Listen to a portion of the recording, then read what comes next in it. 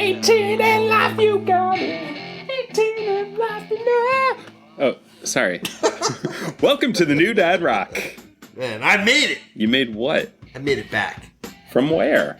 Lassen National Park. What the hell is that? I was there 6 days with my family, and I made it back. It's up by, you go to Reading, and you make a right, and you drive an hour. So it's like 4 hours, 20 minutes. I'm not going there. Okay, you don't have to go there.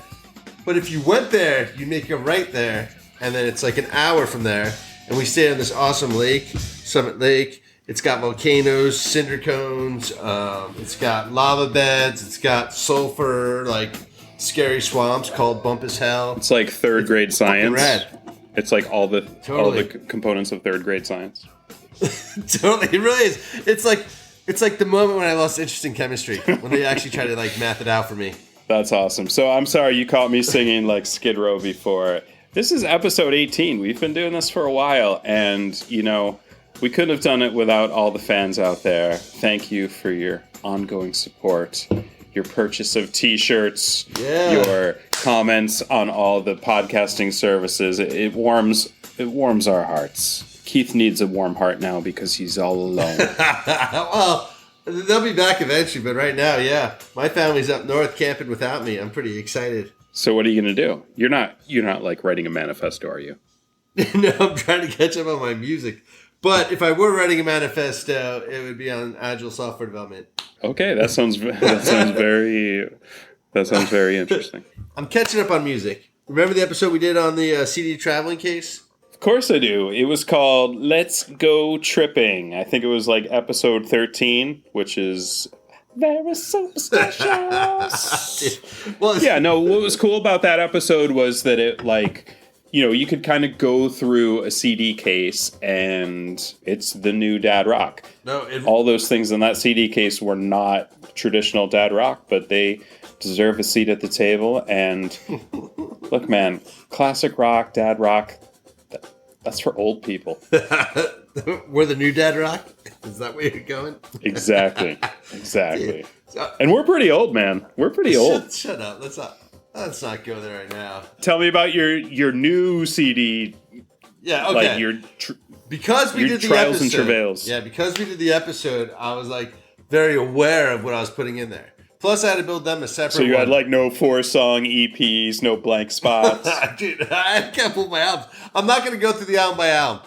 I did not have any blank spots, but I did have like 6 of my own albums, of which I listened to 0. But I had them in case I wanted to listen to them. Just in case. Dude, the fact that I have 6 CDs at least, like it wasn't even my whole oeuvre. Like it's pretty funny. Well, dear listeners, I hope when you run into Keith on the street, you're like, dude, I need to hear your album right now. Yeah. And he'll have it with him. So, because I was driving back and forth in my 2006 Civic, I made sure to put together the like perfect travel pack. Literally, Google Maps said 4 hours, 20 minutes there and back. Literally from my address. 420, huh? Literally. I hit within my 30-minute window of when I said I would get there. So, I mean, it was predictive. So I start putting CDs in right away, sort of. I mean, I listen to the radio to get across the bridge because I'm a little nervous. I'm just focused on driving. But once you get across the Vallejo Bridge, you're like, fuck it. And you start throwing in CDs. So, anyway. Vallejo. That's a Ween song. Remember Ween from last week? Yeah, I don't know that song, though. I'm very vocal tonight. I'm singing Stevie Wonder and Skid Row. I love it. I love it. Hey, don't stop, man. Don't stop. All right, so don't stop till you get enough. On the way, I tried some Tupac, but it was like one of those posthumous like greatest hits albums that like the recordings sound like shit. I don't know why. So I like all that stuff we have to look forward to from Juice WRLD. Totally, when it sounds like shit. Yeah. So I switched to like it was like written on a CDR. Keith's Random Play, August 2013. So it had a lot of great raps on it. I made it myself. It wasn't from you. So it was all these like singles. So I must have been driving to work around that time, and I took every single and bought it via eMusic, which was a thing, for like $1. So this CD... Oh my God, I remember eMusic. Wow. Totally. So this CD, I built myself because I was driving to and from Sunnyvale, like in a Honda Civic on 280, and it was all the hits they played back, like hip-hop hits. It was amazing. And then I tried to put on this electronic music album. I think it was M. Geist, but I think that's for Martin Geist. I saw him live once or twice. It was called Driving Memory, I think, or whatever. but I wasn't feeling it. So then I put on an old standby. You have to listen to that kind of music, I feel like, when you're like in the 6th hour of a drive and you're just like going 80 on the highway with no turns. Like, that's the time for that kind of music. Yeah, this was 2 hours in. How's this? I actually think it was just not a good sound that I wanted. But then I got my old standby, the Depeche Mode Black Celebration. Death is everywhere. I love that album. There are flies on. It was the first concert I went to, in fact. Not Black Celebration. On Violator Tour? No, Music for the Masses. Music for the Masses, the one where they... Oh, you went early, man. That's good. Dude, it was my first concert. I had the shirt. It's from 1988. It was at Jones Beach. It was super freaking sick. That's how, like, the concerts are amazing, when everyone's singing every song. It's really disturbing, in fact. Depeche Mode, they played, like, at SPAC right at the beginning of the season my senior year, so school was still going on, and, you know, that was the Violator Tour, so they were huge back then, you know, Personal Jesus. I went to a concert with Darren, like, in 2017, the Spirit Tour, I think. It was freaking awesome. I lost my mind. That's a band that's still pretty big, man. Yeah. They still get the respect. They work hard, man, and their shows are awesome. They have so much back catalog. They have a lot of songs. Yeah. Exactly. So many songs. So after that, and not surprisingly, I kind of got into like Bauhaus, early 80s, and they have this double Volume 1, Volume 2 Greatest Hits album, which is like really most of their songs from this year. But it's like 1979 to 1983, and like I have the white album as opposed to the black album. Which is They had a lot of singles. They're sick. I mean, I have to say, you listen to Depeche Mode, then you're into Bauhaus. Were you like smoking a clove cigarette while you were doing this? Oh my god! Do they still have? I thought they're illegal. They still have clove cigarettes? I don't know. You live in California. Pot's legal. Like, they must be able to smoke cloves. No. If it's bad for you, they might get rid of it here. Okay. So anyway, back to I'm driving north on I-5, and then like right before Reading, it tells me to make a right. I'd printed up the instructions because I'm in an old car from 2006. And the computer's a little fucked up, and like reception or whatever. But like all of a sudden I'm on back roads hauling ass. It was beautiful. But I put so what are you listening to there? I think Steve Malkmus' Face the Truth album. Yeah, we talked about that before. I actually had the first Malkmus solo album, the one right after Pavement broke up, in my car like a week ago. So I must have heard it like 5 times as I was driving around town. It is a lot better than I remember. Yeah, dude. And so many great songs. Yeah, I would love to hear Fish cover, what is it, the Hook? It's such a great Fish song. Because you mentioned that, I was actually looking for that CD. It's like the one CD I actually don't have. You know, I can obviously get it on. Anyway, I could put it in my car. What are the good songs on Face of the Truth? Is that like Pencil Rot, Kindling for the Master, Baby Come On? Like, it's got to be top. Yeah, it's good. So yeah. Then finally, seriously, I'm getting up close to the mountains. It's already been nothing. It's getting dark. And I put on, for whatever reason, American Music Club's California album. Oh, Mark Eitzel, right? So, didn't you used to do yoga with him? I don't think so. But I love that story. You can tell me on that. No, I did go to at least a dozen of his shows. I swear somebody did yoga with Mark Eitzel. Oh, yeah. Well, I'm sure if he's done yoga, he's done it with people. And then I got to the park and I got there and it's a pretty acoustic album, right? Because I'm trying to get in my zone to record my full album. But then when I get in the car that my family went up in, like the family car, we have Sirius Radio, and they were listening to... this is when you're already there, you're with the family, you're just driving around. Together to do hikes and stuff, yeah. Yeah. So you just have Sirius Radio on it. Totally, and mostly the station that Jasper loves, my 10-year-old, 46, I think it's called The Heat. Are you familiar with it? Serious? Yeah, my wife worked there in 2002 before they even merged with XM. So back in the day, I saw the Allmans do a very intimate set in that studio. One time my wife was in the elevator with Chris Novoselic. People were just in and out. She was there pre-Howard Stern, so she wasn't there for that era, but they used to have bands just come in and play. But I do not know The Heat, Channel 46, that channel specifically. But if they want to sponsor us, that would be awesome. Dude, so The Heat is this R&B and hip-hop mix, and Jasper's favorite songs are on it, like Rye Rich the Box and High Fashion, DJ Khaled's new one, Popstar. But the thing was they were actually mixing them, so they'd only play the verse once and the chorus once, and then mix into another song, which is fun for me because I already have no attention. But for him, who knows 10 songs, He wants to hear the whole song, which makes sense. He wants to like hear the album version. So it'd be this cool little mix out of it, and you get all like frustrated. I was like, no, this is actually the future of what you're gonna listen to. Yeah, I'm sure that's what my kids would listen to if we had Sirius, but they're stuck in the car with my new dad rock, at least when I'm in the car. I had a rental car like 6 months ago for like a week. My car was in the shop, so I had a loaner, and we had Sirius on that. And I swear, every time I got in the car, whether it was a trip literally around the corner or half an hour away, Metallica and Scorpions were on. Now, Metallica, I get, like, they're a very popular band, and they can be on a number of channels, Ozzy's Boneyard, the 80s, the 90s, hair metal, all those. But Scorpions was on there too, all the time. And I didn't understand why. It just reinforced my whole feeling of like, I'd rather just have my CDs in the car or hook up to my phone or what have you. Dude, someone who really pushed Sirius on me in the early days, he worked at Yahoo Sports with me, and he took me out to dinner, like when I went down to Santa Monica, and like went to a taco place and stuff. He's like, I got it for this one channel. And it was the punk channel. And he just loved the shit out of that channel. And I was like, what channel? I don't know what the number was. It was whatever the punk music was. Like, I don't, the number. Oh, the punk channel. Yeah. I didn't hear what you said. Yeah, he loved the shit out of it, though. I don't know. I mean, are they playing like Black Flag? Or are they playing Okay, probably. You're right, fine. Old Suicidal Tendencies? Are they playing? Oh, probably. Like, yeah, he was probably a lot heavier than me too. Yeah, in fact, maybe okay. All right, it was cool though. I liked someone's dedication to like the genre. When I was leaving the park, like I had to come back to work, drive back south or whatever. They were going north, going to Oregon.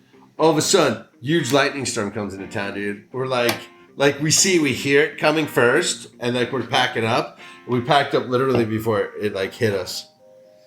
Well, storms are crazy right now in California. I know you've been a little bit off the grid, but there are fires everywhere. There were thunderstorms in San Francisco. Like, I lived in San Francisco for 4 years. We had one thunderstorm. It's not a common thing there. Yeah, but you come to our podcast to escape all that shit. So... Yeah. Okay. Exactly. So I'm gonna. If you're burning on fire, turn this podcast off and put yourself out. Totally. Exactly. Hang up and call 911. Anyway, so like it's fucking raining. I'm driving through the park on the way out. It's a good ride. I'm behind my family until I make the switch off into these. Like, oh, you're in two separate cars? Totally, because I'm going south. I have to come back home to go. So Chrissy has the boys and you're alone. Totally. Yeah. Sick. And then should have split them up. Yeah, so just in case. I'm listening to Jay-Z's Black Album, dude. I put it on, and it was only scratched for one or two songs, so that was cool. Because it's that old. Dude, I love that album so much. So like I've listened to it so much. Yeah, I mean Jay-Z's Black Album has to be the new dad rock. Everybody knows that. Like I've never consciously listened to that album, and I bet I know half the lyrics. No, I bet you know every song. So then I'm like, all right, and I'm still on the back roads because like that was coming through the park. Now I'm going through the back roads that like the farms, where it's one lane each way, narrow bridges, but like it's always a curve. It's super fun. This is like the setting of Pig Hunt, that movie that Trevor was in. No, because the trees aren't there. That's the Trinity. Yeah, no, that's the coastal mountain range. That's more Mendocino. Exactly, totally. No, this is like volcanic north. Like no one's up here. That's why it's awesome. So next album was the I believe it was the first Death from Above. 1970. Didn't say anything else. It's a CDR. Oh man, that album's so awesome. It was super fast though. I was like, at some point, I was like, I'm gonna die of a heart attack if I keep listening. like at song 8, I'm like, yeah, fuck it. So I turned that off, and then fortunately, I got some gas and some coffee, and then I put on Pavement, Slanted, and Enchanted. So Slanted and Enchanted, wasn't there? Because there were all those mashups with Jay-Z and the Black Album. There was Jay-Z and the Beatles. They took the Black Album and the White Album, so it became the Gray Album. That's right. Right? Yeah. And didn't they do one with Pavement, too? Yeah, someone else did. DJ whatchamacallit or something. Yeah, he did it with, because Jay-Z had put out an acapella version of his music, whereas he actually has to use the whole Pavement album, so it makes it a little harder. So the DJ did a one-to-one matchup, so track 1 was against track 1, track 2 was against track 2, track 3 against track 3, because they both had 14 songs on them or whatnot. And the Pavement part sometimes like manipulated. What is a really neat way? At one point, I realized in the first song, I'm like, Steve Malkmus is singing with Jay-Z's mom. I'm like, I didn't know they were. Like, I was like, that's really cool. Like, I didn't know they were a thing. So Steve Malkmus and JC's mom. Got it going on. I don't know how the hell I got it on the CDR. Like, I don't like. I'm like, what year did this thing come out? Like. Well, that's the funny era. So first there was the late 90s, I guess it was early 2000s with totally. Napster. Yeah. And then you could download everything, but you never ripped it to a CD. But that is around the same time that CD burners were in all the computers. So from 2000 to probably 2006 or so, before the advent of Apple Music, that whole era, everything was MP3s. And you could just like put it on your computer and rip it to a CD, no problem. That was like the golden age right there of ripping these things. So that's probably why you have it. I mean, look at the stuff you bring on these road trips. Most of those CDs are when I paid that for 2000 e-music. to 2006 Totally. era. Exactly. Yeah. That's exactly when I had e-music. Like 2002 to 2007 or so. Like there was like $5 and it allowed you to download, or you'd have to. It was like Columbia Records. You had like 30 in a month or something, or they change all the time number per month. Yeah, you pay $2 more, you get a lot more, but you could listen to shit. But it was downloading. Mm-hmm. But like when you listen to the radio on a car, they're repeating stuff every like 40 songs, like literally. So it doesn't matter anyway. If that.